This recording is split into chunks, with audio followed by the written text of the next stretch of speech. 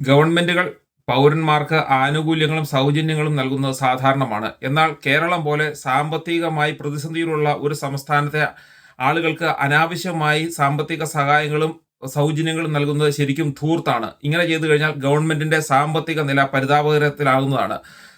വനിതകൾക്ക് മാത്രം സൗജന്യങ്ങൾ നൽകുന്നത് പുരുഷന്മാരെല്ലാം തവിട് കൊടുത്തു വാങ്ങിയവരാണോ എന്ന ഒരു ചിന്ത അവർക്കുണ്ടാകാവുന്നതാണ്. വിദ്യാർത്ഥികളായ വനിതകൾക്ക് ആനുകൂല്യങ്ങൾ നൽകുമ്പോൾ അതുപോലെ തന്നെ വിദ്യാർത്ഥികളായ യുവാക്കൾക്കും ആനുകൂല്യങ്ങൾ നൽകേണ്ടതാണ്. അവരും അതിന് അർഹിക്കുന്നുണ്ട്. സ്ത്രീകൾക്ക് 1000 രൂപ കിട്ടുന്നുണ്ടെങ്കിൽ പുരുഷന്മാർക്ക് 2000 രൂപയെങ്കിലും കൊടുക്കേണ്ടതാണ്. കാരണം ഒരു പെൺകുട്ടിക്ക് ഒരു പൊറോട്ടയും ഒരു മുട്ടക്കറിയും കഴിച്ചു കഴിഞ്ഞിട്ടുണ്ടെങ്കിൽ അവൾക്ക് ഉച്ചവരെ പിടിച്ചു നിൽക്കാം. എന്നാൽ ആണുങ്ങളെ സംബന്ധിച്ചിടത്തോളം 3 പൊറോട്ടയും ഒരു മുട്ടക്കറിയും ഒരു ഏത്തപ്പഴം പുഴുങ്ങിയതും ഒരു ചായയും കുടിച്ചെങ്കിൽ മാത്രമേ അവർക്ക് പിടിച്ചു നിൽക്കാൻ പറ്റത്തുള്ളൂ. പിന്നീട് 2 ലക്ഷം രൂപ പോലും വരുമാനമുള്ള ആളുകളുടെ മക്കൾക്ക് സൗജന്യ യാത്രയും മാസം 1000 രൂപയും ഒക്കെ കൊടുക്കുക എന്ന് പറഞ്ഞാൽ ശരിക്കും അനാവശ്യമായ കാര്യമാണ്. ഇത് കൊടുക്കേണ്ടത് ഏറ്റവും അർഹരായുള്ള ആളുകൾക്കാണ്.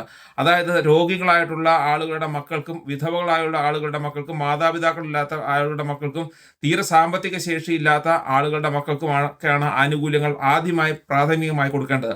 അതിനുശേഷം വേണമെങ്കിൽ മാത്രം മറ്റുള്ള ആളുകൾക്ക് കൊടുക്കുക. ഇങ്ങനെ കൊടുക്കുമ്പോൾ ഒരുപാട് നൂലാമാലകളും വള്ളിക്കെട്ടുകളും ഒന്നും ഇല്ലാതെ തന്നെ അവർക്ക് ആനുകൂല്യങ്ങൾ കൊടുക്കേണ്ടതാണ്. സ്വന്തമായ ഒരു സത്യവാങ്മൂലം വാങ്ങിച്ചതിന് ശേഷം പഞ്ചായത്ത് മെമ്പറുടെയോ അതുപോലെ വില്ലേജ് സെക്രട്ടറിയുടെയോ മാത്രം സമ്മതപത്രത്തോടു കൂടി ഇങ്ങനെയുള്ളവർക്ക് സൗജന്യ യാത്രയും പൈസയും കൊടുത്ത് അവരെ എത്രയും പെട്ടെന്ന് തന്നെ സുരക്ഷിതമാക്കേണ്ടത് ഒരു ഗവൺമെന്റിന്റെ ഉത്തരവാദിത്തമാണ്. ഇനി എല്ലാ സ്ത്രീകളുടെയും സുരക്ഷ തന്നെയാണ് ഗവൺമെന്റ് ഉദ്ദേശിക്കുന്നതെങ്കിൽ അതിന് ചെയ്യേണ്ടത് എല്ലാ സ്ത്രീകൾക്കും 1 വർഷം മെറ്റേർണിറ്റി ലീവ് അനുവദിക്കുക എന്നുള്ളതാണ്.